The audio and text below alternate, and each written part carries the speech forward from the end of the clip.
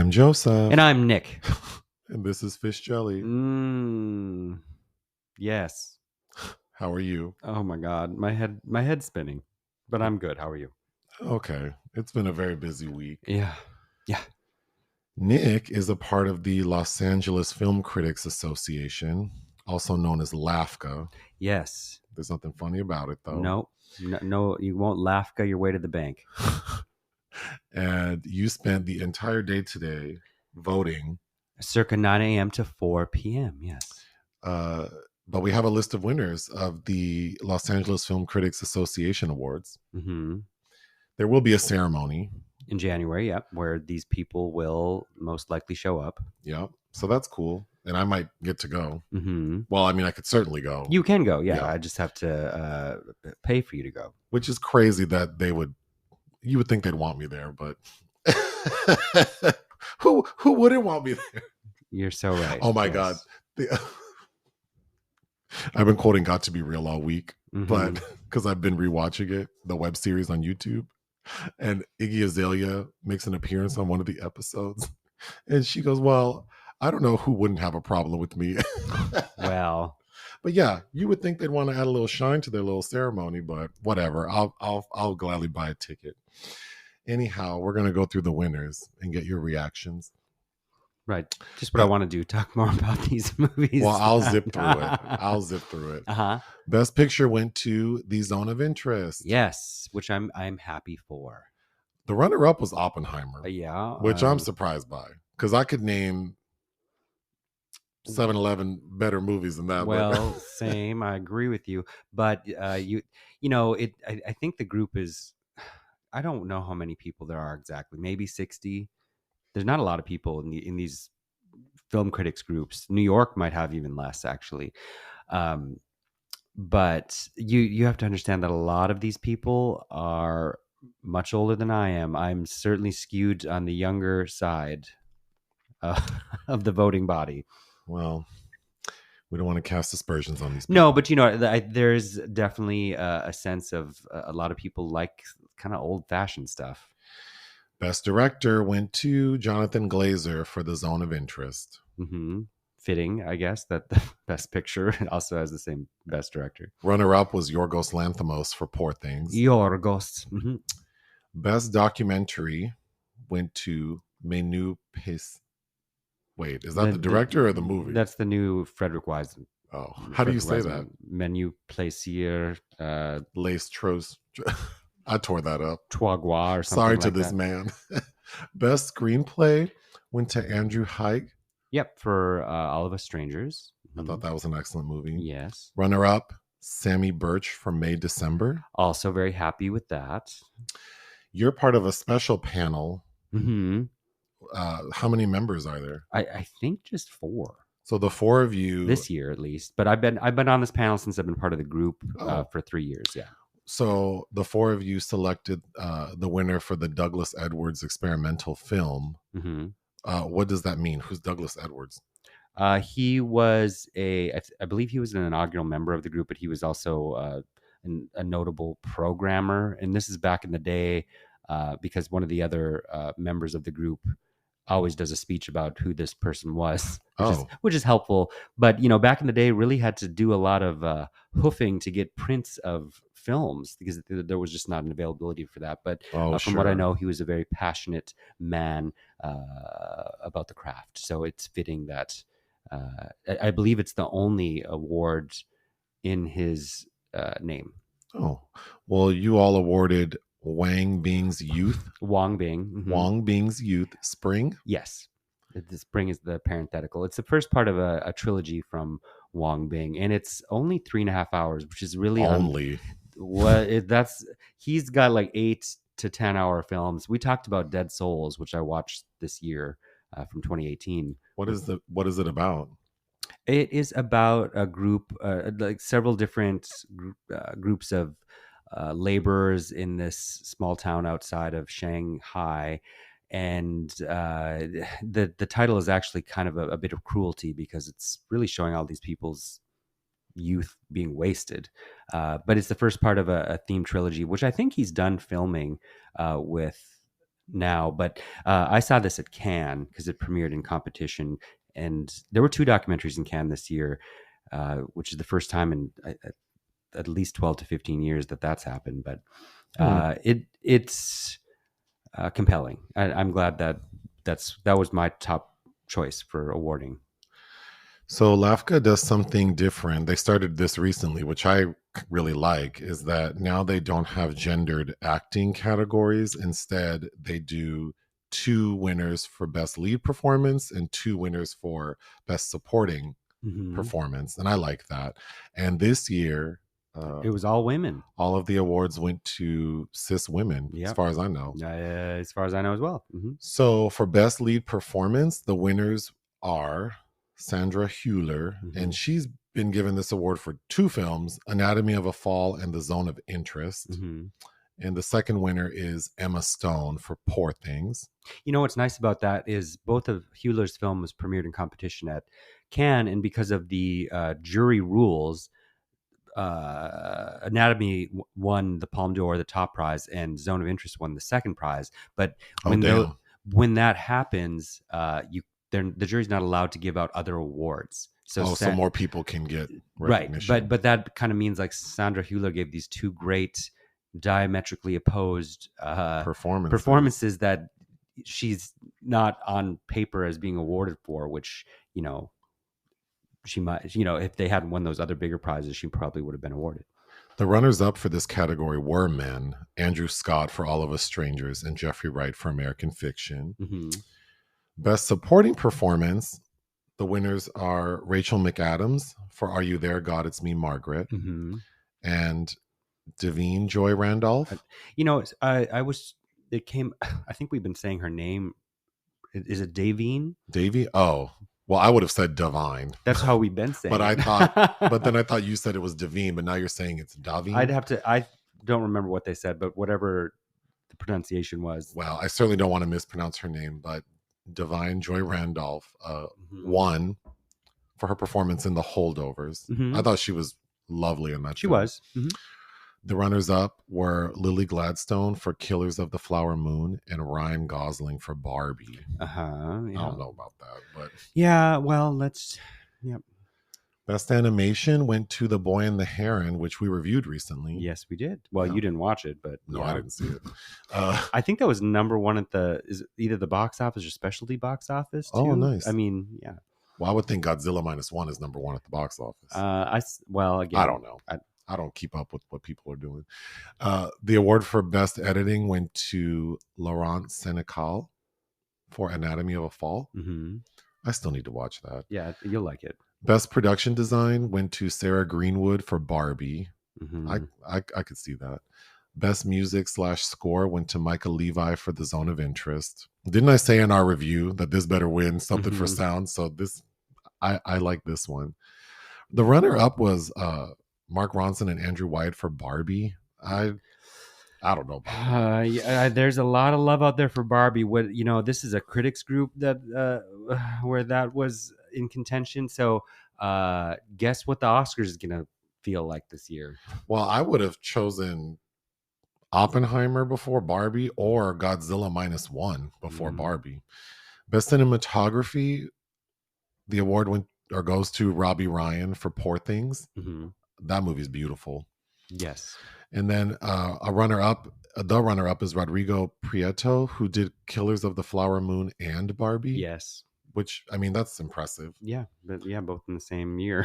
Lastly, LAFCA is giving the Career Achievement Award to Agnieszka Holland. Yeah, that was announced, a month, if not 2 months ago. Do I know who that is? Well, you should. She's an incredibly notable Polish film director. But I thought she was an actor. No. Have I seen one of her movies?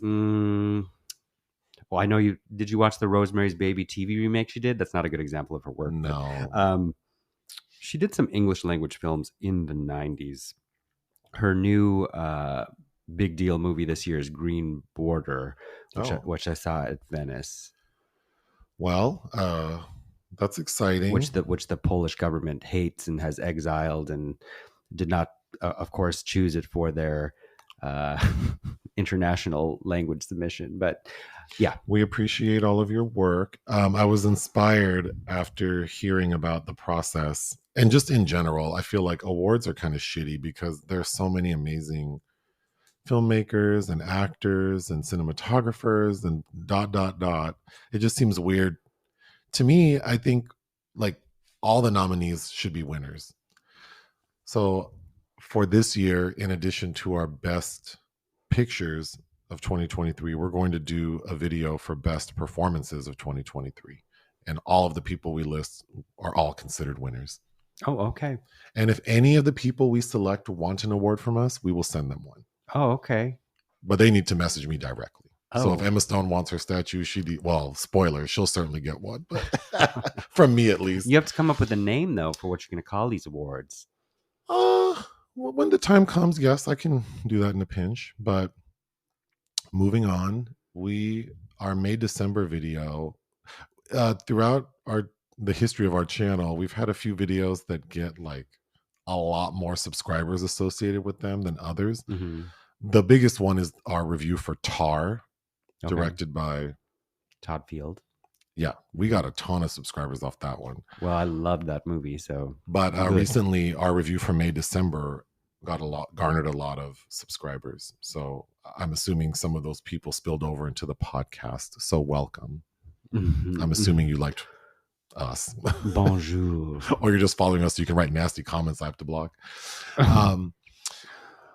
So my office holiday party was this weekend. Oh God, yeah, that happened too. And yeah, and then I drank.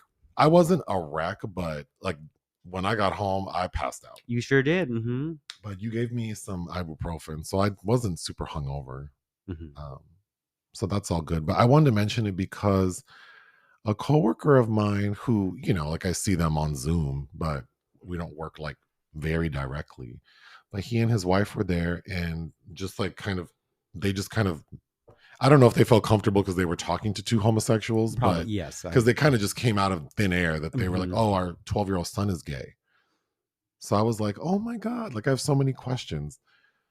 But I just wanted to say that I thought it was like really cool to hear, because they're younger than I think both of us are.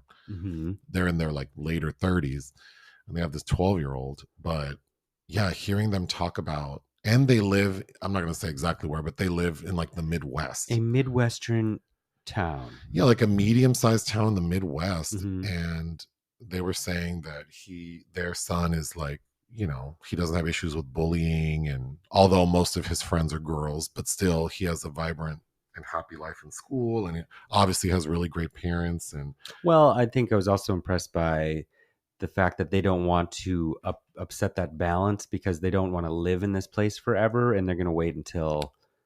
That's right. They expressed that they would, ideally not live where they live, but the reason they're not moving is because they want their son to enjoy his homeostasis. So yeah. I thought that was really cool, but it just blew my mind to think like, oh my gosh, to have parents who like see your fruity, and then they support it and proactively go to PFLAG meetings. Because I think you asked her how if she was surprised when her son came out, and she's like, "Oh no, I knew since he was 2."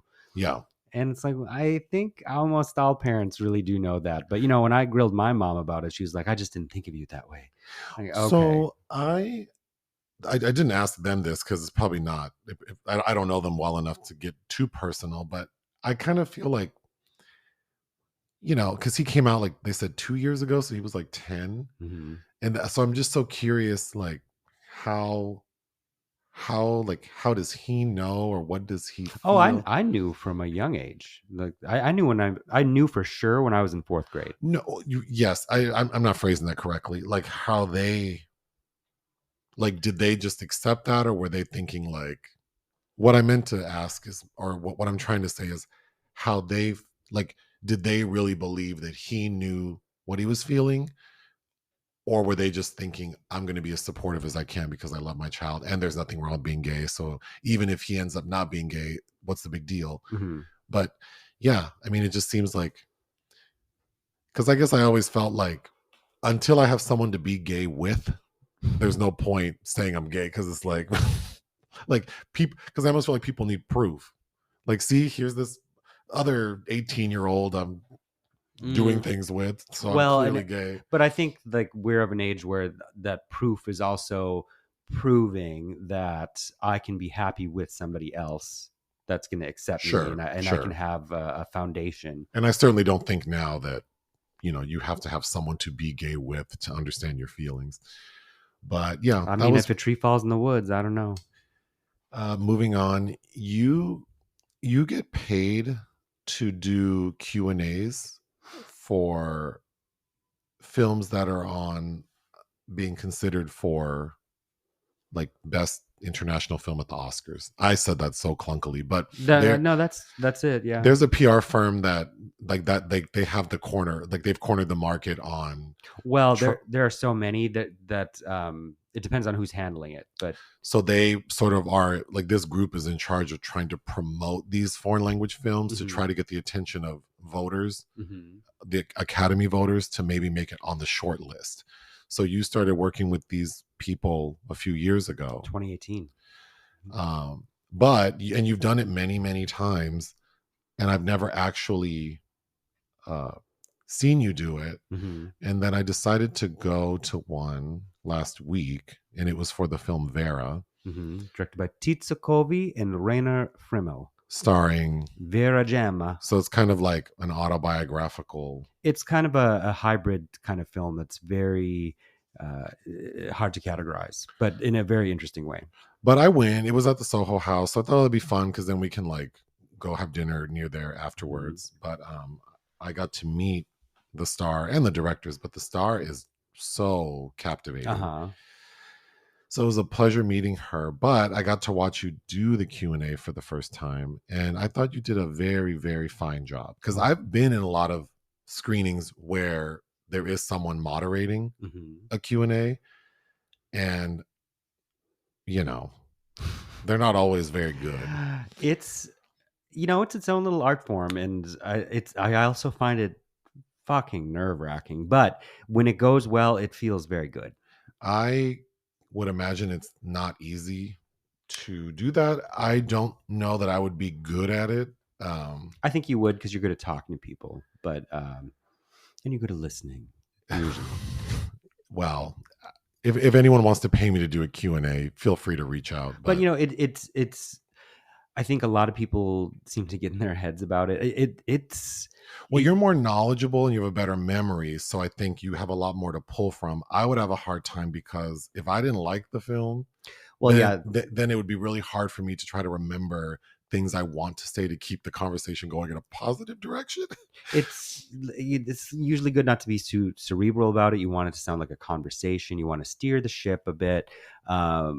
But at the end of the day, it's not about you, the moderator. You're kind of it is and it isn't. You're there, you're visible, but you kind of have to be invisible. I don't know.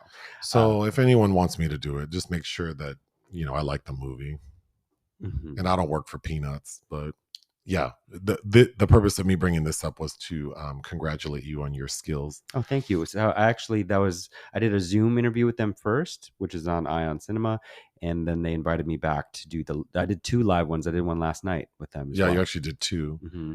Um, So now they're my friends. and I also got to randomly meet the director of Monica. Yeah, Andrea Palaro. Yeah, who's a very nice man. He had very nice things to say as well. About you, yeah, because he reads your written reviews on Ion Well, Cinema. because I've written two extremely glowing reviews for his past film. Like Hannah in 2017 with Charlotte Rampling is just that, to me, that's a masterpiece film. I loved it. But a very handsome Italian man. Yes, He's Italian, right? yes, Okay. Very good. I don't want to mess that up. Lastly, in this section, I was thinking the other day, this is so random, and I'm going to get nasty messages about it, but I think it's so weird. We live in an area where there are a lot of renters and a lot of apartments, and everyone has a dog. And I think it's really weird that, like, as a culture, I guess, it's like considered fine to just like get this dog when you live in a space where you don't have anywhere for the dog to be. And then you just walk outside and pick a yard and let your dog pee and shit in it. And yes, most people pick up this shit but not everyone. I just, I, I don't know, like how that became a thing. That's like, yeah, I should be able to like. Yeah, it's Am I bizarre. the only one out there in the world who thinks that's weird? And the reason I keep thinking about it recently, like I leave our house every day, like whether it's to, I don't drive a lot of miles, but I drive every day to go to the store, the gym, whatever. And every day I pull out of our garage, there's some person there with their dog, like just shitting in our front yard. Yeah. And then they look at you like, the fuck you gonna Like do? what? And it's like, bitch, if your dog is in my driveway and I run it over, that's your. Because the other thing is, people don't put their dog on a leash, which drives me crazy. Because in the past 2 years, I've hit 3 dogs who weren't on a leash, and it's like, I have not hit a dog ever. well, no, you know what the thing is too. If y'all think I'm gonna wreck my rig trying to swerve from a dog that's not on a leash that just juts out into the, like, that's crazy. Well, yeah, of course to not, potentially but- hurt myself, Well, you're not cause supposed thousands to, of dollars of you're damage, not supposed to swerve. Yeah. and then hit another car or another human being because you think it's cute to come outside in your robe and house slippers and let your dog just run around Without a yard of your own. And so, like, I like dogs. I'm not anti-dog. I just, it's in the same chapter as like how in men's restrooms, like who decided that men should have to stand up peeing in a trough facing each other? I thought I was going to put it in the same realm as Crocs.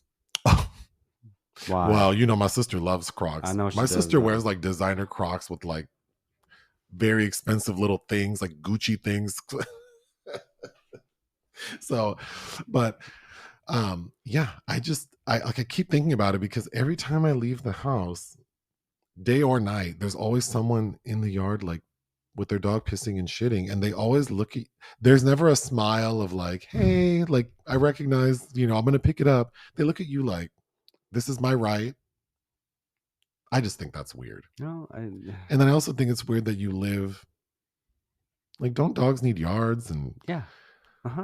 y'all just keep these dogs in these apartments all day, and then you rush home to take them out to shit in someone else's yard, and then you lock them back up again. And I don't know. Moving on to the restaurant section. We have gone to this place a few times, but there's a restaurant called Granville, which is a chain. There are several locations, but it's like an upscale restaurant. And I was thinking that that might be my favorite restaurant to go to because of the location. That location. It really feels like you're in like a cool place. It's in West Hollywood, like bordering Beverly Hills, kind of. It's right across the street from Cedars-Sinai and the Beverly Center. And I just think it's a really cool spot. And the reason I bring it up is because I often avoid like restaurants in that area or Beverly Hills because I don't want to spend $200 for the two of us to be moderately satiated. But this restaurant, I think, is reasonably priced, and it's really cute. It is. I like my little cheeseburger. Yeah, I think if you want to have a nice meal in a nice restaurant in a place that feels like, oh, you're somewhere cool, I think Granville and West Hollywood is a good option. Yeah. And then we were on the west side and we tried this place called Good Thai Kitchen. Yes. That was okay. Oh, you didn't think it was good? It was good. Yeah, I had no. I was tired. But you were. Yeah. I liked it. I liked my vanilla latte. And that's the first time I ever had like, they had like a coffee bar with like a barista, and he made a very nice. I had a brown sugar latte. It was delicious. That was probably my favorite part and what I needed the most, perhaps. But. And I really appreciated that they had cream cheese wontons. Not every Thai restaurant has those. They don't. Or sometimes they put crab in the cream I cheese. like that. And you know I don't. Oh, like I do. Lastly, I wanted to say that Starbucks and these holiday drinks. I can't remember the last time I had I never ordered that. So this season, I made an effort to like try all the flavors. Oh, okay. So the gingerbread, the sugar cookie, the caramel brulee, the chestnut praline, the pumpkin spice. Child, they all taste the same to me because, so I always order a venti hot, and they come with 5 pumps. So I always ask for 4 pumps because the shit is too sweet. And coming from you, that's a lot. It is. They all taste the same. I couldn't tell you a pumpkin spice from a gingerbread from a sugar cookie. Now they have the cinnamon dolce, which I do like. And that I can tell because it does taste very cinnamony. But yeah, I almost went back, and when I ordered the pumpkin spice, I almost went back because I swore it was like a chestnut praline. I didn't know what I was drinking. But you can send Starbucks gift cards to our PO box, God. and I can continue to conduct my research on these sugary ass overpriced drinks. Anyhow, we need to take a break. I have a couple of things in the sorry to this man section. Oh yeah. In our Godzilla -1 review, I had a lot of questions, Uh-huh. and people got me together, I guess, on these questions. So first off, I was confused about how Godzilla, like everyone, when in the opening of the film, Godzilla attacks this like military base on an island, Odo, and everyone knows about Godzilla. But I was confused, like if Godzilla was the creation of the nuclear bomb, then how do they all know about Godzilla? But apparently Godzilla was a thing. It just as a result of the nuclear bomb, Godzilla grew bigger and stronger.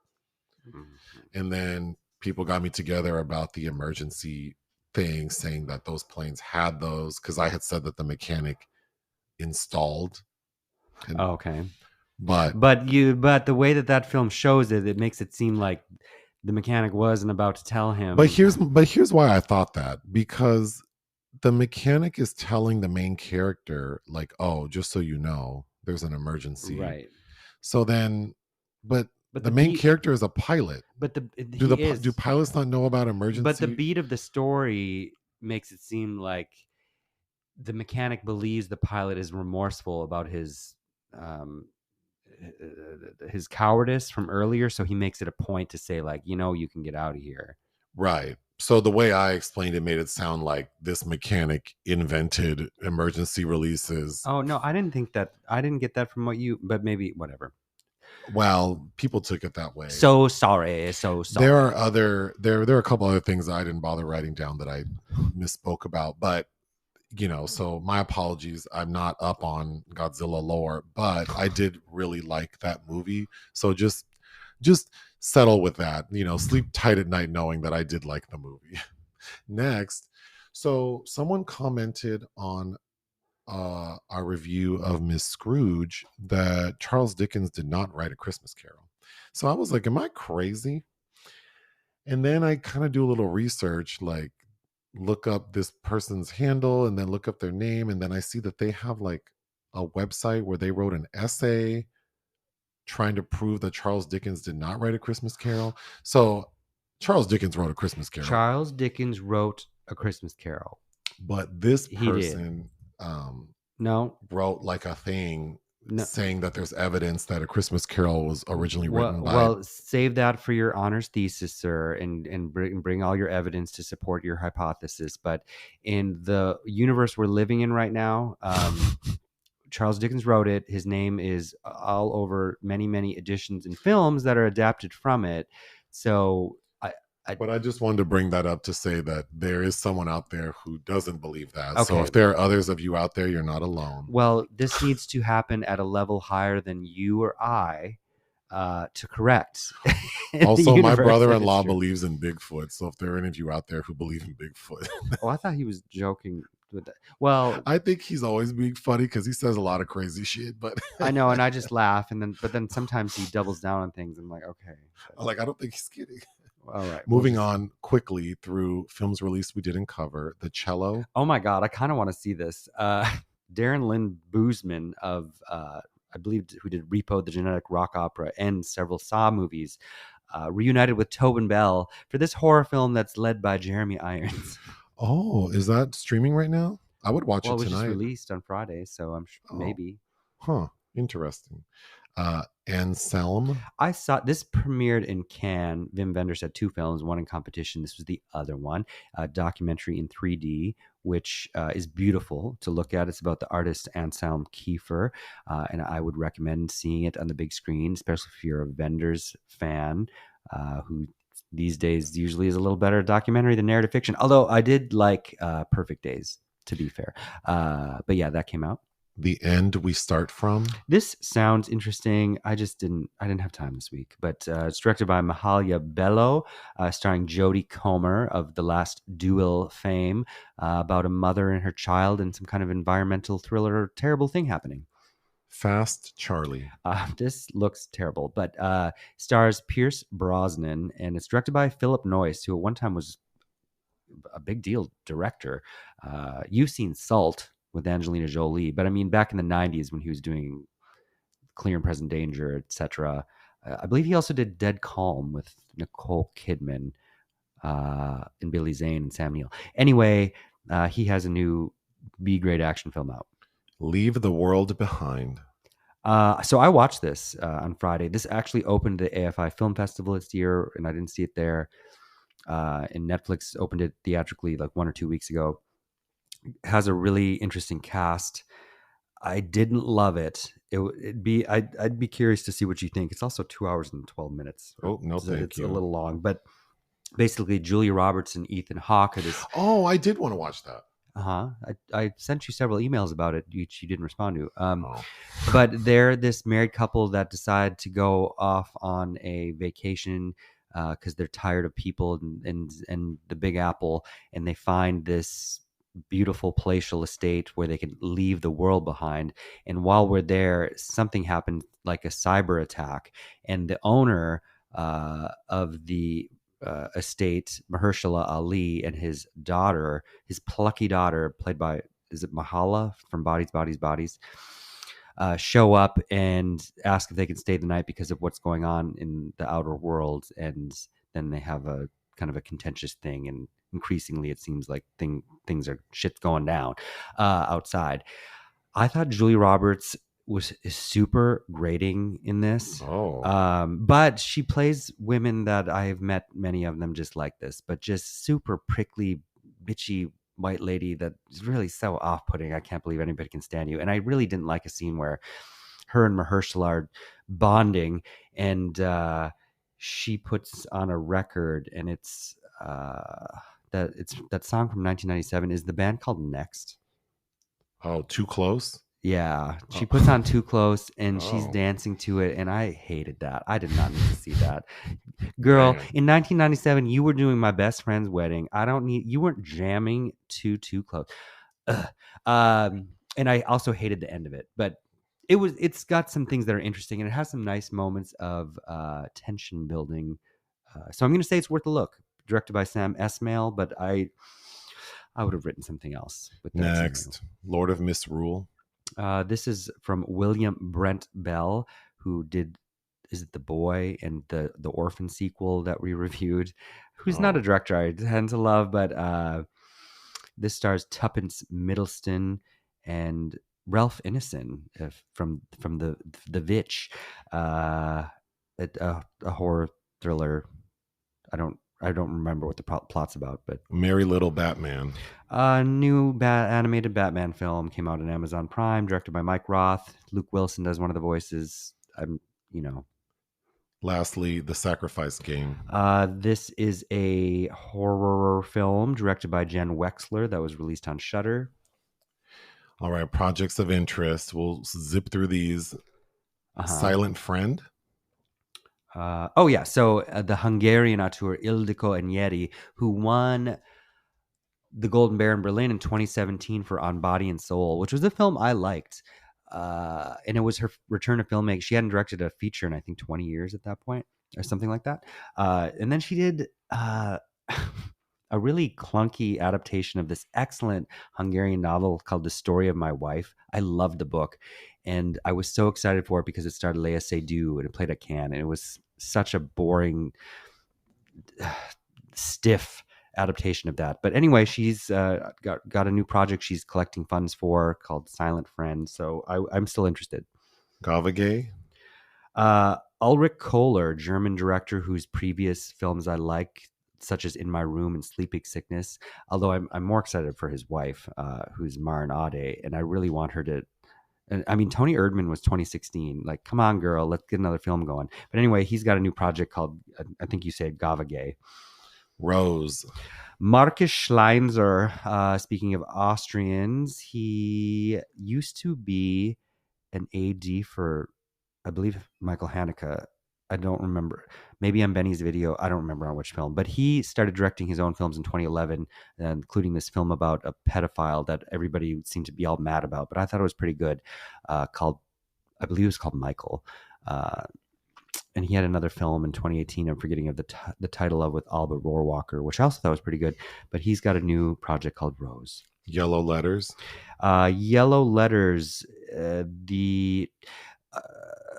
really great, interesting release this year was The Teacher's Lounge, which premiered in Berlin. So if you can remember that title, it's a pretty good and a fantastic lead performance. But he's got a new project already in the works called Yellow Letters. The Captive. Alejandro Amenabar is got another. I didn't see his last movie, which was a war film, which I heard was kind of so. You know him because we just rewatched The Others with Nicole Kidman. Oh. But he's a very notable Spanish filmmaker. He was doing some series I'm forgetting the title of, but I hope it gets a title change, but it's called The Captive. Because right away I'm thinking of that terrible Ryan Reynolds, Adam McGowan film. Nightborn Hatching. Well, that Hatching is a note to myself, so I wouldn't forget. But Hannah Bergholm, Finnish director who did Hatching, which we reviewed. Okay. Remember about that little girl who the bird that turns into a bird? Yes. That movie was pretty. I wanted it to be probably more than it was, but it's actually pretty interesting and weird. So I'm curious to see what she does next. Kiss of the Spider Woman. So J-Lo. No. Jennifer Lopez. No. Yes, Jennifer Lopez is going to star in a film version of the musical version of Kiss of the Spider Woman, directed by Bill Condon, who he of Dreamgirls and Candyman Farewell to the Flesh fame. I think they're looking for unknowns to play the two male characters. I don't know. A Farewell to Arms. J-Lo in a music. You know what's funny though? Perhaps it's fitting because in the Hector Babenco film with William Hurt, Sonia Braga was the Spider Woman, and she's played Jennifer Lopez's mother at least twice. So I don't know. Anyway, there's a new version of Farewell to Arms that Michael Winterbottom is adapting, of course, the classic Ernest Hemingway text. Tom Blythe of Songbirds and Snakes, who you kept calling, what did you keep calling him in the review? Anus. Yes, Coriolanus. He will be starring. People were so mad, but anus is in his name. Anus. I didn't just it's not an anagram. I don't know why we should get mad. We all have one, or if we don't, it's a problem, right? Lastly, it looks like Ryan Murphy and Kim Kardashian are working on a legal drama for Hulu, which I thought was fun. I don't really care about these people, but when you can't pass the bar, let's create a vehicle where you can pretend that you did. Okay, we need to get through the movies we watch for fun. The Stendhal Syndrome? Yes, because I interviewed Vera Gemma, who's the daughter of Giuliano Gemma. I wanted to see her in this Dario Argento film I'd never seen, starring Asia Argento, which I know is kind of infamous because of these violent rape scenes. And Vera is in one scene as a policewoman. And you know what? I liked this better than I thought. It's based on a book, but it's ridiculous because the Stendhal syndrome is an actual thing. Apparently, for people that are exposed to great works of art and enter a fugue state have the Stendhal syndrome. But it's worth a watch. I didn't mind it. Thomas Kretschmann looking very much like a Julian Sands at the time. Next, A Pistol for Ringo. This was a Giuliano Gemma film I'd never seen, directed by Duccio Tessari, who's a very interesting director. Back when I lived in Minnesota, a friend of mine gave me a copy of this 70s film with Alain Delon. It's known by 3 different titles, including Big Guns and Tony Arzenta, or at least 2 of the titles, which I really like that film. But Pistol for Ringo, there was a sequel and then a whole bunch of knockoffs, of this period of these spaghetti westerns. I thought it was pretty good. I enjoyed it. Next, we watched My Bodyguard. Okay, it's directed by somebody named Tony Bill, who he did a film in the early 90s called Untamed Heart, with Marissa Tomei and Christian Slater, where I think she gets a monkey heart transplant. But there's a Minnesota connection with that, but I've never seen it. But this film's from 1980 and has a really interesting cast. This movie, I put it on because it looked like a joke, like the on Amazon Prime when you click on the movie, it shows you like a still, and the still made me giggle. So I thought, let me put this on, and it totally caught my attention.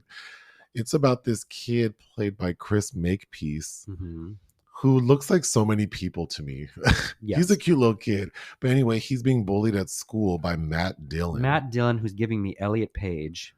He's very handsome. He looks very gay to me. Like, that kid wouldn't have bullied my ass. Oh, no. Mm-mm.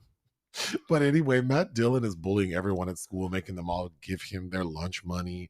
And one day, little Clifford, Chris Makepeace's character, he sees that there's this big kid played by Adam Baldwin, who looks like if you took Ben Affleck and Casey Affleck and mixed them together, you would get Adam Baldwin, who apparently is like a distant relation to the Baldwins. But the way you read it to me was worded like the Baldwins are like a species of something. From a long lost vampiric what does that Romanian even line. mean? Like, he's their third cousin removed. Anyway, he's very handsome. He was only 18 here. Yeah, he's like this huge kid. So at first it seems like a happy ending, but we're only 40 minutes in, so we know other stuff's going to happen. The film takes us places that I was not expecting, and it's pretty laughable. But it left me in the end feeling nice. Joan Cusack's in it, looking like a sloth with braces. Oh, I thought she seemed so cute. If you look up gangly in the dictionary, it would be her picture from this movie. But she seems like a sweet girl. She has a nice energy. Well, all the kids are being bullied, so they're all and Jennifer Beals. That's right. She's in it as like a background student. And Ruth Gordon is his grandma. That's right. The grandma's who's got hot drawers. Yeah. Yeah, the grandma's wild. But yeah, it's so funny to see all these kids letting this one little faggy looking boy pick on them. You can't be more petite than me and think that you're gonna rough me up. I'm sorry. Got such tight little clothes he's wearing. But it's funny to see. He's very attractive. Because this is before The Outsiders. It's. Well, I don't know how old was he back then. Let me not say that. But he's a very good looking kid. But it's just like he's so petite. He was. Oh, you know what? He was also giving me Rachel McAdams and Mean Girls vibes. Yeah, and all his he's wearing, like you said, wearing super tight like shirts, like V-necks, and then all his little shoes match his shirts. Mm-hmm. And he's very preoccupied with his hair. Mm-hmm. Girl, lunch money for me? No, absolutely not. Check out My Bodyguard. You watched Silver Dollar Road? Yeah, because I'd missed it. Or Raoul Peck, who's probably, I mean, he was Oscar nominated for his James Baldwin doc, I'm Not Your Negro, but he's been around for a long time. He's Haitian. I've never seen Lumumba, which is still on my list of many things to see. God, he did a movie about Karl Marx, which I thought was really dry.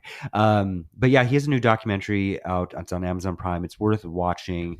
It's about this several generations of this Black family in North Carolina that's been bullied out of their property rights. And I mean, it's like nothing that this family has gone through seems surprising in the least, including I think 2 of the family members spending 6 years in prison on a trespassing charges. Are you fucking kidding me? But it'll make your blood boil, but it definitely is worth seeing. I'm not going to read this next line because you're going to get mad that I should know what this means. So what is this? Trailer for a film that will never exist. Phony Wars. Is that the title of the movie? Yes, it's a short film. It's the last.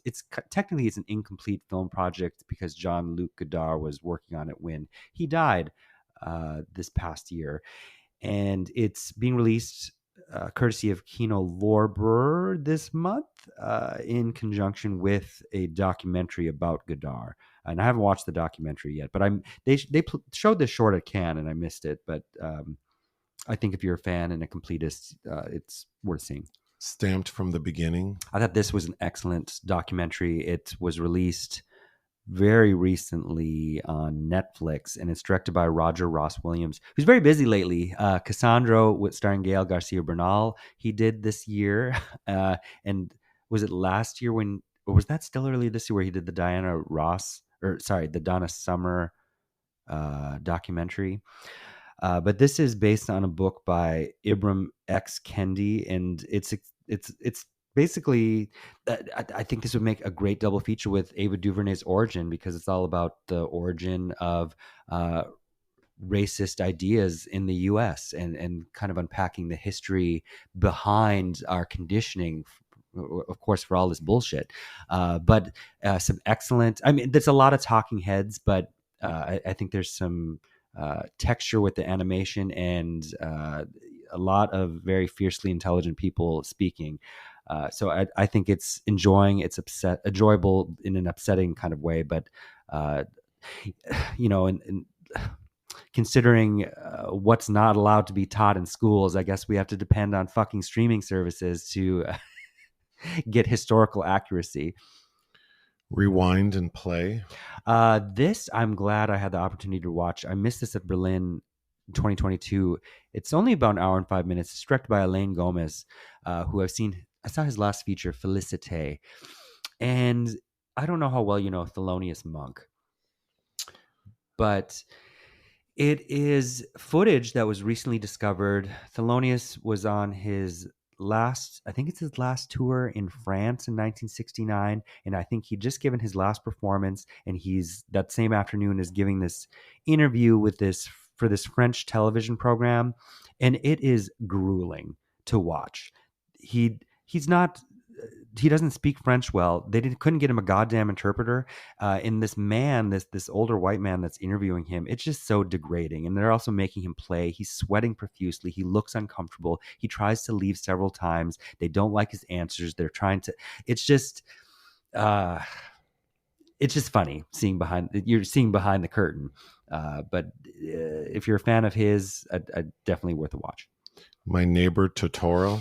I'll talk about this and Ponyo in the same breath, because they were two Miyazaki animated films I hadn't seen, and I didn't really like either of them. And yes, again, I'm a Scrooge. I don't like precocious children. These films have these annoying little girl characters. I watch them in the original Japanese language, because all of these films have English language, very famous actors dubbing over them, which I don't need. I like watching them in the original intended language.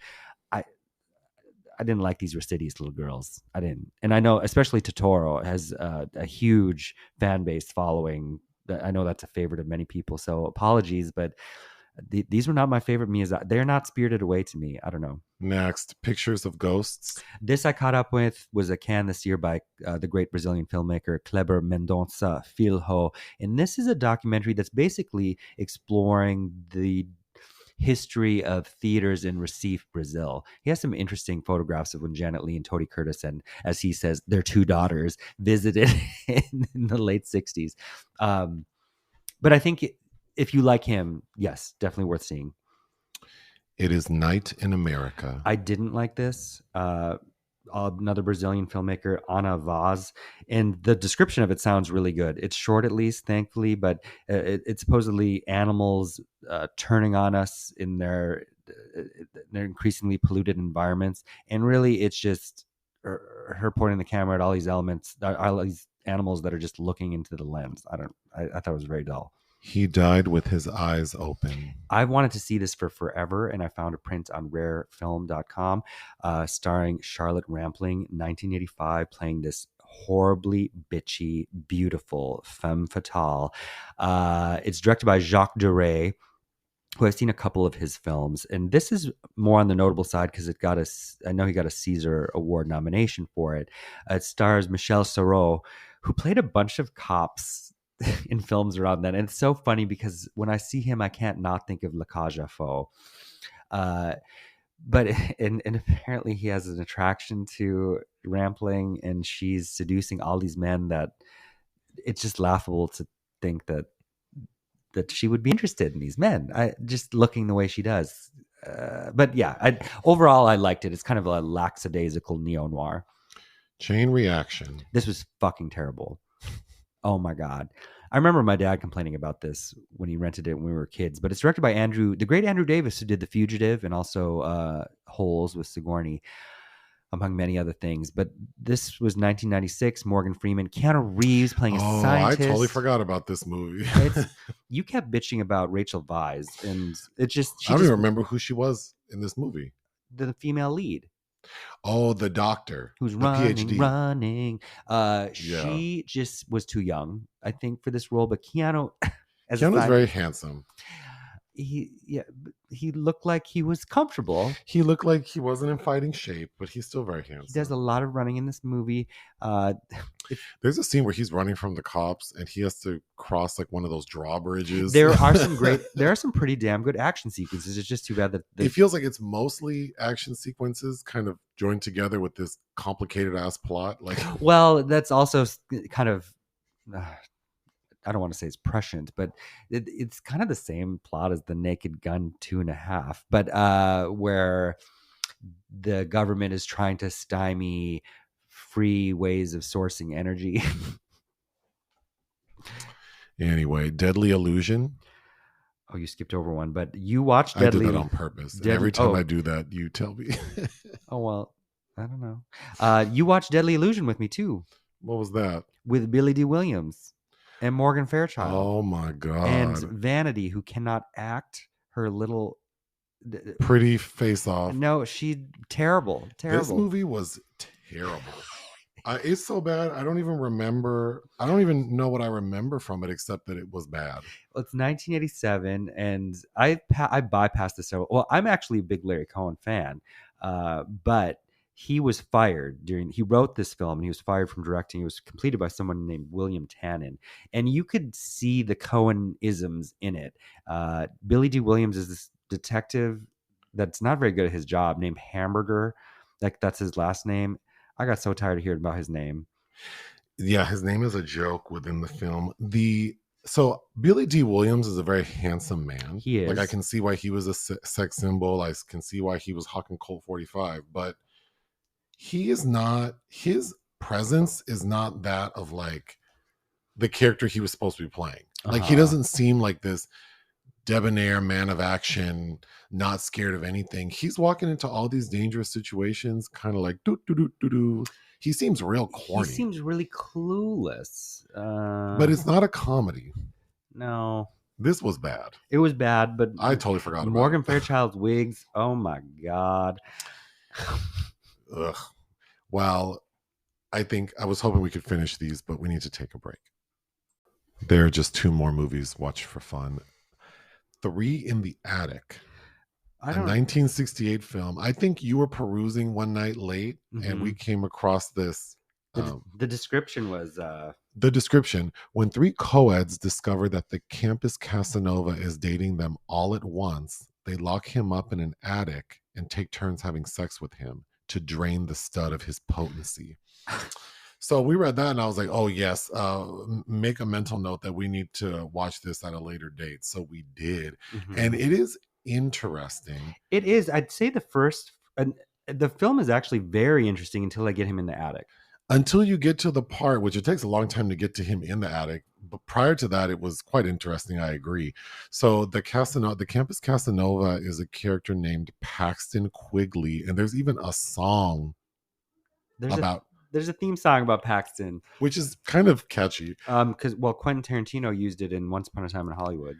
But the actor Christopher Jones, he is handsome. He reminds me of, he's handsome in that like 1960s James Dean. He reminds me of going to the dentist. Maybe Jan Michael Vincent. Smoke too many cigarettes look. But he's a handsome guy. But the women he ends up having this like sort of love triangle with are a very interesting bunch. The main one, Yvette Mimieux, they have like a legitimate relationship. And then one day he is somewhere and this black woman named Euless, who's beautiful, played by Judy Pace from Cotton Comes to Harlem, pushes up on him so tough. Kind of not unlike, now that I think of it, Barry Keoghan in Saltburn. She needs a ride. Yeah. Yeah. And he succumbs to her. And then they start having like a sexual affair. And then one day when he's on his way to go have sex with Euless, he bumps into this woman named Janet who's crazy. Who's just out she's just out in the forest, isn't Like with she? her crystals and nature chanting. And she doesn't, he ends up seducing her, but then she's like, no, I'm a good girl. And then he pretends to be a queer. Yes. And then she's like, oh. Oh, well, then I'll have sex with you. So they all find out. Mm-hmm. And that's like at the hour point where they lock him in the attic. And then it's just him locked in this attic and they just keep having sex with him. And that's when the movie became so stupid. They become succubi, I guess. And then they take sex shifts. I don't know. Because first of all, he's locked in the attic of a sorority house. So there are many women in this house. Mm-hmm. He is in this attic and not once does he even seem to try to want to get out of the attic. No, and another girl can tell something's going on and tries to tell on them. Then he he's up there for some like weeks, and there are no facilities up there, so I don't know where he's using the bathroom, where he's bathing. I can't believe these three women are like using this man's body who like they're all using, and he's not cleaning himself. He looks dirty, and then they're so casual about it, like, yep, we gotta drain. Where is he shitting? Right. I was so preoccupied with how they're keeping him up there and why they would want to have sex with him. Well, like their old vaginal juices are still right having. And he's all gross. And then they're just so nonchalant about like, yep, we just got to keep going until he's sucked dry, literally. And then he finally gets out. He gets beat up. When is the punishment enough? Because Yvette Mimieux is mad. And the dean, played by Nan Martin, who is the lady that plays that old dried-up nurse in Shallow Hal, which I thought was Cloris Leachman at the time. She's interesting. Anyhow, I do recommend this movie. We need to talk a second about Euless, though, who is a character that transferred out of this place called Howard. Oh, Euless is the black woman. Yeah, she's now in this other school with all these white folks, but she talks about Howard like it's like trash. And then she's like, the only people there are basically like these militant ass black people who she can't relate to, or the whitest Negroes you've ever seen.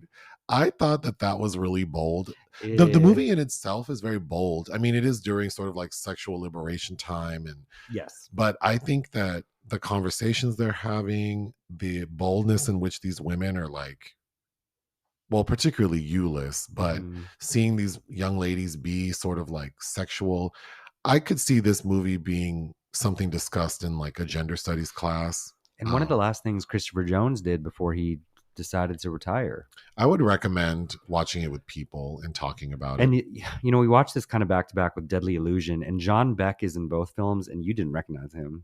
Oh, well.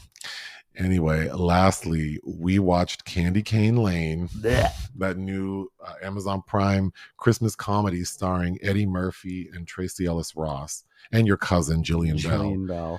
But directed by the great Reginald Hudlin. So I had kind of decent hopes for this. I did not like it.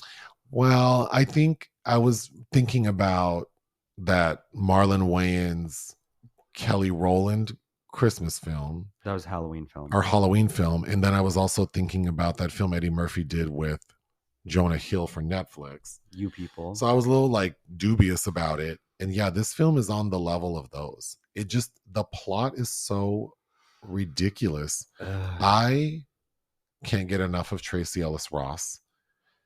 And she is cute on screen. But this feels like a sitcom. This could have been an episode of a sitcom, like the Christmas episode of a sitcom that's like 30 minutes long. It makes no sense. I don't even know what I could say the premise is, except that Eddie Murphy. The one notable thing is that it's set in El Segundo, which I think is funny. Well, because he loses his job and then he needs money, and there happens to be a contest about who has the best. His block has an annual like Christmas decorations thing, but this year it's being sponsored, so the winner gets $100,000. And then the whole movie is about him trying to win it. But Jillian Bell plays this like elf lady. She's an elf that's an outcast from the North Pole apparently, who curses Eddie Murphy. and David Allen Greer's Santa. And he has to collect it. It's so overly complicated and nonsensical And worst of all, boring. and boring. The only thing I thought was funny is in the end, we find out that the $100,000 is not in cash, it's in prizes. And the bulk of the prizes is like from a taco stand. Yeah. I'm so surprised that there are so many funny people in this, and it's not the worst, but I regretted watching it. It's also 2 hours long. It felt very long. Unfortunately, there are entries in the obituary section. Mm-hmm. So first, Marisa Pavan, Italian. What do we know her from? She's Oscar-nominated supporting role for The Rose Tattoo, which Anna Magnani won her Oscar for, which you still need to see. Based on Tennessee Williams' play that he wrote for Ms. Magnani. We need to watch this film because I love it, and it's been years and years and years. But yes, she died. Next, Norman Lear died at the age of 101. That's right. Prolific. He's prolapsic. The polypepsid. Mononucleotide. When you were in school, you love to tell the story about how this girl would cheat from your paper. So one day this dumb bitch, her name was Jen. She was fucking annoying. She played hockey. But I was not dumb. People but she would it was in home ec. Home ec is not hard. It's not hard. But we had to get tested on food, like, dumb shit. And she would always like whisper to me, like, what's this? And I got tired of this dumbass one day, and I said, I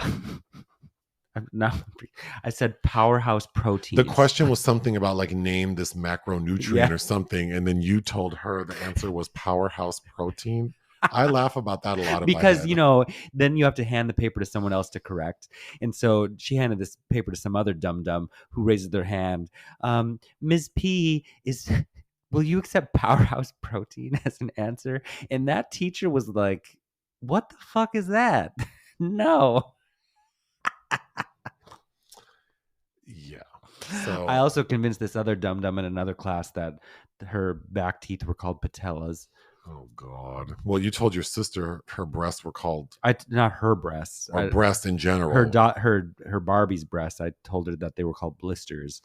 Anyhow, Norman Lear, a prolific producer who developed, created like over 100 television shows, many of which I'm very familiar with. Will anyone ever be as no, like it? Well, because also like the impact of those shows had on the culture too, and a lot, his shows featured like the first time we saw on television like gay characters, showing Black people in a different light than they had been seen prior. So I'm sure people have issue with him, but from my perception, he's a trailblazer. Yeah, and like so many of his shows are shows that I watched. Mm-hmm. I mean, obviously Good Times is probably my favorite, but The Jeffersons, Maude, One Day at a Time, All in the Family. Oh, just on and on and on. When we were watching Medea's family reunion, Medea has the Janet episode where she's abused. Remember, she's watching. That's right. Medea's watching that. She's watching that episode of Good Times. Of course, Good Times had Janet Jackson. Norman Lear also did Different Strokes, which Janet Jackson was on for a season or two, and then she even posted when he died, her condolences and that she was so glad that he was able to see her son before he died. And so, yeah. But there are some people when I think about like what a life, like what must it have been like to be him in the 70s and 80s, like with all the money, all the juice, like, and then choosing to do things that were different, like highlighting people who. Yeah, how about that? Trying to do things that are innovative and interesting. Not a lot of Because you people doing think that like now. with All in the Family, Sanford and Son, Maud, like where Esther Roll, Mhm. which then spawned into Good Times, the Jefferson. I mean, it's just like, What's that Esther Roll TV movie that I showed you that we have to watch? oh, well, was it one of those Christmas movies? No, it was. I think it was written by Larry Cohen. Something about Oh, China in the yeah, title. yeah, China. where she plays like she plays a Didn't she play a maid going on an investigation or something? yes, yes. We need to watch that. Next, Ryan O'Neal Dead. did. I don't really know him except that I know he was in a relationship with Farrah Fawcett. Mm-hmm. I know he's the father of Tatum O'Neal. Mm-hmm. Um, and I know he's in a movie where he plays opposite John Hurt. Like John Hurt, Partners. Mm-hmm. like they're cops and John Hurt's the gay one and Ryan O'Neal has to kind of go undercover in As a this gay. as a Mm-hmm. gay. So I don't know much about him. I know that I don't that's all I know about He him. had a pretty solid career in the 70s. I think he dated Diana Ross too, because I think the bodyguard was supposed to be Oh, well, I think maybe it was initially Steve McQueen and Diana, and then Ryan O'Neal and Diana. Anyway, yes, he was a famous Lothario. We need to watch Paper. I love Paper Moon. That's what Tatum O'Neal won her Oscar for. oh, he's in it. Yeah, he plays her Oh, dad in it. oh, And Madeline Kahn is so fantastic in that movie as well. And Tatum is very cute. Yeah, Barry Lyndon. I mean, Kubrick. He has a pretty solid filmography from that period. then or lastly, Anna Marie Cardwell, who's part of the Honey Boo Boo Mama June family. She's the oldest child of Mama June, uh, who on the show I think they called her Shannon. She passed away yesterday from a battle with cancer that happened She was diagnosed in January. less than a year. It all I Yeah. mean, and she was only 29. So Yeah. that's sad. Yeah. All right. I promise this is the last break. The secret film this week was my choice, and I wanted to keep with the Christmas vibes and choose something that I thought would be fun and silly. So I chose the 2021 drag themed Christmas comedy film, The Bitch Who Stole Christmas. Directed by Don Scardino, who directed that Jim Carrey magician movie, The Incredible Burt Wonderstone. Do you remember that Oh, with no. Steve Carell? Not very good. Ugh. Well, this movie was not very good. Nope, it wasn't. You read a description that I think describes it perfectly, Yeah. which is someone wrote the longest acting challenge you've ever seen, which is a reference to RuPaul's Drag Race and how the queens do these acting challenges that are sometimes like 10, 15 minutes long. And those feel arduous. Those feel long, yeah. So imagine a 90-minute version of that. That's The Bitch Who Stole Christmas. The premise? And it's short. It's only 87 minutes, I think. A workaholic big city fashion journalist is sent to a Christmas-obsessed town to dig up a story. Oh boy. Okay, so RuPaul and it's a musical. Plays Hannah Contour, so a play on Anna Wintour. Mm-hmm. She is the head of this magazine, and she has an assistant named Olivia, played by Krista Rodriguez, who you recognized. Yeah, she played Liza with a Z in Halston. So Olivia's at work, and this is like Christmas time, obviously, and she's gunning for a promotion. RuPaul calls her into her office and says, "Hey, I've been reading about this town called Tuckahoe, and they take Christmas very seriously. Like it's all the rage. Everyone's talking about it. They have an annual Christmas ball, and I want you to go and do an expose. Like figure out what it is, why it's like everyone's gagging. Oh, and you need to bring home the crown." This movie, RuPaul on the show, like when she's judging contestants, she always really resonates with like stupid stuff. And you couldn't count the number of times she'll tell someone like what you did was so stupid and I loved it. Mm-hmm. So it makes sense to me that she would be in this movie that is absolutely stupid. But anyway, she sends Olivia out there telling her like, if you're successful, I'll give you that promotion you want. So Olivia gets out there and is trying to figure out like how can she get the scoop, how can she get the crown. And for some reason everyone in the town is really dubious about reporters, which makes no sense because they have this annual multi-day ball that is all the rage.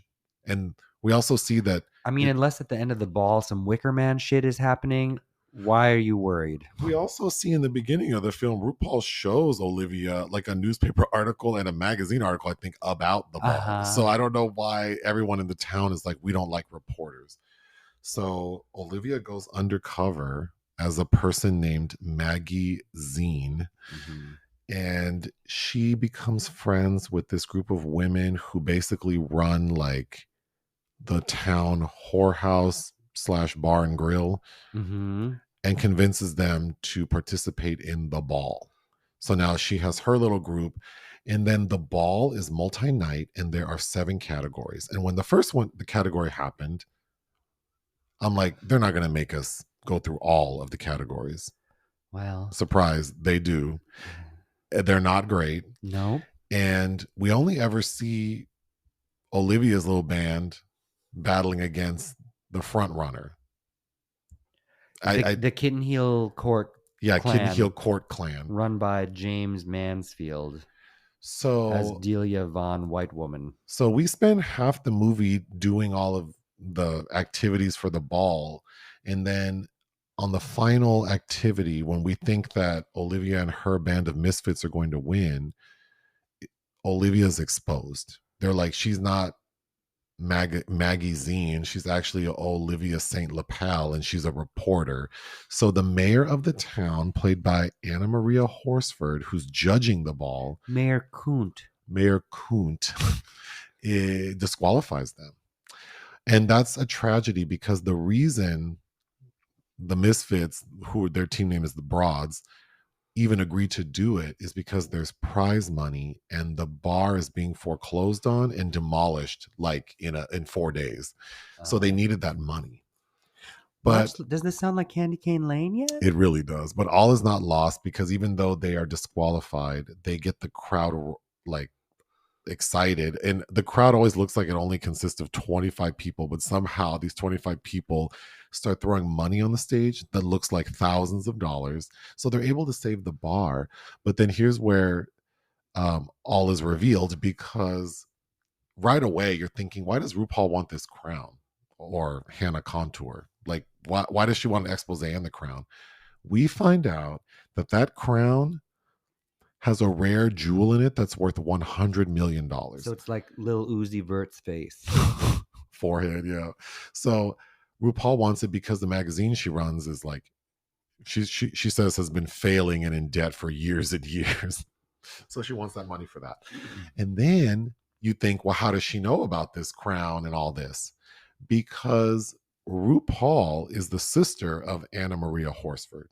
So then you think, well, how come they're not talking? Because RuPaul, when they were younger, was pregnant, and her sister exposed her and embarrassed her, so she had to flee. Also, Hannah wrote newspaper columns that no one read. And Hannah changed her name. So Kunt, Mayor Kunt, her real last name is Yerkunt, but then she thought it wasn't very like appropriate, so she changed it to Kunt. But Yerkunt, RuPaul's character's name, Hannah Contour. Contour is an anagram for your Kunt. Like, these details are so stupid. Yeah. But anyway, in the end, RuPaul doesn't get away with the crown, reconciles with her sister, and then the final scene is that she thinks, the meaning of Christmas is to share with your family. It's also being narrated by Michelle Visage, and then she has guests. Oh God, there are so Kim Petras and Charo, neither of who I needed. They had nothing to do. They literally show up and say, I want to sing. And Michelle says, no, I'm narrating this movie. So these two just sit there. Yeah. Their actual purpose in the film is to have no purpose. Yep. Which was not enjoyable to me. No. But the film, it's not good. There are so many queens in it. Which impedes Peppermint, Brooklyn Heights, Ginger Minge, Jansport, James Mansfield. Latrice Royale, who we need to talk about, Morgan McMichaels, Kylie Sonique Love, Chad Michaels, Kelly Pandora Mantle, Box. Pandora Box is in it, Lagandra Estranja, so many people. But it was garbage, mama. Okay, so the has a really rough rocky start. The opening dance number song where nobody's lips are syncing. Oh, before we get there, there's one Ugh, queen I forgot. Got Mick is in it, also annoying. who's supposed to. So here's the tragedy of this film to me. I think the writing is actually pretty There solid. are some funny bits. The Yeah. problem is none of these queens seem to have any acting chops. Well, why do you think they gave the lead to a non-drag queen? So it's just really rough. Got Mix acting is terrible, even though he has funny lines. Um, when we first see Got Mix sit down at his desk because he's at work with Olivia, he immediately starts typing like with his fingers, but there's no keyboard there. Nope. And then he does have a funny line because Olivia's asking him for help, and Got Mick is like, my job is to recite catchphrases I learned from black women. And I thought, yeah, that's what gay white men are good for, Yeah. copying, trying to mimic black women. But yeah, the writing is interesting, but these queens can't Not do all, them any justice. I don't usually care for Brooklyn Heights, but as the Russian hooker, I thought she was fine. She was. Yeah. I think her dialogue was funny. Okay, so a few things are really odd to me. It's very, very clear that RuPaul shot all of her scenes in one day and on green screen. Oh yeah, she's not in the same room doing her Faye Dunaway shtick. Yeah. I think so. Aside from RuPaul being 99% green screen, there is one scene where it looks like she's in a crowd of people, but aside from that, it's clearly green screen. She's also wearing, it looks like she's like they got her dressed for a day, and she's wearing outfits like when you would cut out like paper dolls with paper clothes and like stick them. All of her outfits have the same silhouette. Or like Milk's Wear the Fashion song. Yes, like it looks like all of her outfits sort of snapped on in the back, and then they could easily be switched out. So there's that. Then her face looks animated at times. Mm-hmm. I think the problem, my first note after we finished the film was that the art of drag is all about smoke and mirrors. It's an illusion. There's a reason why you don't want to see drag queens from the side or the back, right? Because everything is pushed, pinched, pulled, snatched, all that. So and then the way contouring works is like it's not like literal magic. You're gonna see the illusion in particular lighting. So what we noticed, but while watching this, is it appears that the film has like a filter on it. Not unlike when I'm at home watching movies and I get on Snapchat and I'll put filters on the actors as I'm watching the movie. Mm-hmm. And there are several moments where you can see that the filter kind of like lapsed and went on someone else. It's very distracting. So the look of the film is jarring. The queens look jarring. I think because of the lighting and the filter that's used, a lot of the queens' makeup looks really ashy and green at times. James looks like Night of the Living Dead sometimes. Yeah, they look like they have like liver failure, and not all of the queens are wearing body makeup. I got the jaundice. So it's like their heads don't match their bodies, or like especially the queens with little melanin like paint their faces much lighter, and then their hands look much darker. It just looks. I thought the bit with Kelly Mantle was funny. Yeah. But then you were talking about the Christmas Time in Tuckahoe song. That's the first like musical number we get, and that was rough. Kylie Sonique Love bringing back her Dolly Parton thing. I hated it. If it was a scab I could pull off, and if I had to, whatever I'd had to do to stop it. When we first meet Mayor Kunt, Anna Maria Horsford, who I really like. I like her too, but I don't think she's very good in this. No, I mean, she definitely handles her dialogue better than the queens do, but it's just ridiculous. But anyway, when we first meet her, she comes out of City Hall, and what does she do? A backflip. It just feels like... Well, she's also her character's contradictory nonsense. You know what this movie feels like? MTV or Viacom or whomever said to World of Wonder, like, we'll produce or buy a Christmas movie starring RuPaul. Like, it has to have RuPaul in it. It has to have the queens. and it corresponded with that season and I think that holiday thing that came out. So we'll give you whatever $2-3 million to do it, and here's the brief: you only get RuPaul for a day. Like, it has to be stupid. Like, it just feels like it's trying really hard to not make sense, that it just gets Yes. tiresome. Like, Yeah, not along the lines of, not unlike something like Hurricane Bianca. It's like, God, that it's like this could have been good if a little more care had been taken. Uh, I don't know. And Rue, by the time he's climbing up that Christmas tree with Olivia, his hair, his wig in that looks just like a Chucky doll wig. If you look at that, sorry, the cat attacked me. Hold on. Yeah, RuPaul it looks like a Chucky doll wig. looked like, yeah.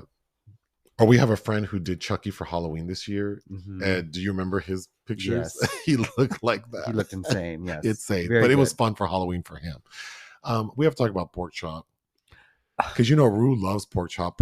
For people who don't know, pork chop is a drag queen who was on the very first season of RuPaul's Drag Race and was the very first person to go home. Yes. And ever since then, every season of Drag Race, RuPaul shouts out pork chop in some way. So clearly, RuPaul, I think, has an appreciation for pork chop and has him in this movie playing an old man who owns the bank where the crown is being stored. And I'm sure pork chop was very happy to get the offer, but I just can't believe how crazy he looked. Like, they couldn't. Well, he's out of drag Because he's out of drag, and he's apparently married to James Mansfield's character, but is having an affair with Anna Maria Horsford. That was. There's a moment. So Olivia, the reporter who's incognito as Maggie Zine, she's wearing a horrible wig. Who did I say she looked like? A mix between Brittany Murphy and somebody else I don't like. But when she gets exposed at the end, which causes her team to be disqualified, she takes off her wig to like tell the truth, and someone in the crowd yelled, "That was a wig!" That truly made me laugh. Okay, Latrice Royale. She's like giving Charles Dickinson's Christmas Carol vibes. Yes, so she's basically like the ghost of Christmas past, present, and future to show someone the error of their ways, but Olivia ends up getting mixed up with the person who should do it. So Latrice is like, well, whatever, I will help you out. But when Latrice came on the screen, do the sound you made when she came on the screen. Oh, I don't remember. You did the Fat Albert. I did. Oh, I'm sorry. Hey, hey, hey, hey, hey. It was just instinctual. I'm sorry. Latrice was dripping with sweat immediately, like Whitney not even Whitney Houston level. It was oh God, what's her name? Deborah Wilson doing Whitney Houston on Mad TV. It was that bad. Yes, he looked so uncomfortable. There was some music playing in this movie that you recognized.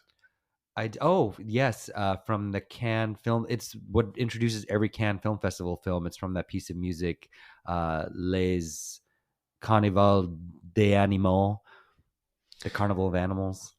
Okay, the final, like the seventh category, the final night of the ball, the teams have to do a song. So the opposing team does a song that I don't even remember, and then the broads do a song. It took me halfway through their performance to realize they were mimicking the Spice Girls. Yes, it's not immediately apparent, but the song had lyrics that I thought were really funny, and one set of lyrics was, "You can't build a snowman all on your own. Santa can't sleigh without his ho ho hos." And then there's another line that says, "You can't spell Christmas without GIRL." Yeah, they say which that made me think of Jerry Blank. Yeah, BICTORY, Jerry. What does that spell? Fandango. Hobo camp. I thought that was funny.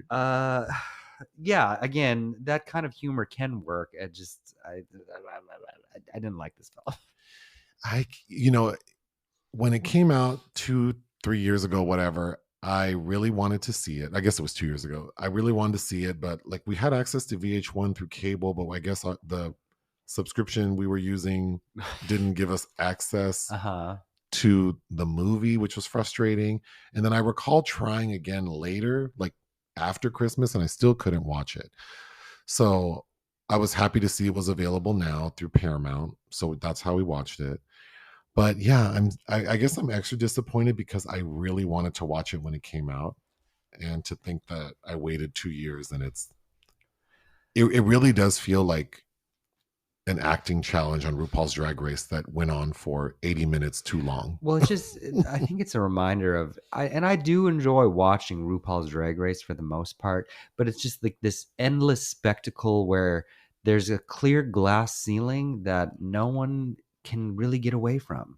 Even the ones that are wildly successful, of which there are only a small handful. It's not really. It's not RuPaul's. It's RuPaul's School for Drag Queens. I don't know. I think the only way we're ever going to see a queen do something that gets like critical acclaim is it will have to be like a serious drama, and it will have to be about a drag queen. So we see them in and out of drag.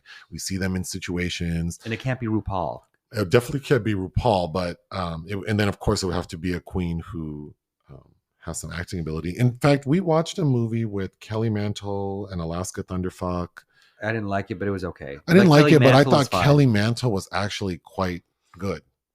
And I also think it can't be like, 30 drag queens in one movie where they all get like one silly line. Because when you put it all together, it's just like, oh, this is grating. It needs to be about a couple or like a trio of drag queens who are trying to do something, and there's heartbreak and hardships and triumph. And I would enjoy a movie like that has a budget, and they don't need to be RuPaul's Drag Race queens. They could be actual like talented actors who can do drag. Yeah, and some of them can. I mean, you never saw Bradley Cooper's *Star Is Born*, which features several. But yeah, I mean, it feels like some big break still needs to happen, and it's not in a Wow Presents presentation. No, what would you give The Bitch Who Stole Christmas? Being very nice and saying two. We didn't even talk about the shirtless man. Oh my God, there's a side plot with the sheriff of the Tuckahoe, who's also the mayor's bodyguard. This very wife hunky, died in the clock tower. Yeah, he has some weird story, but he's this very hunky man, and his only character trait is that every scene he's in, for some reason, his shirt gets removed. Mm-hmm. Yeah, that's it. Andy Ridings as Big Russ. But what would you give this? I think I'm being nice by saying 2 out of 5. It's not good, and I think it's grating. I could see. I mean, I just don't even know if I were in a good mood and like drinking. I don't think I would find it to be that tolerable. Mm-hmm. Sorry to these people. I do love the art of drag, though. Yeah, but that's okay. They're 2 different things. All right. There's some stuff. What are we doing next week? What's happening? Well, we need to watch this new Isabelle Huppert film.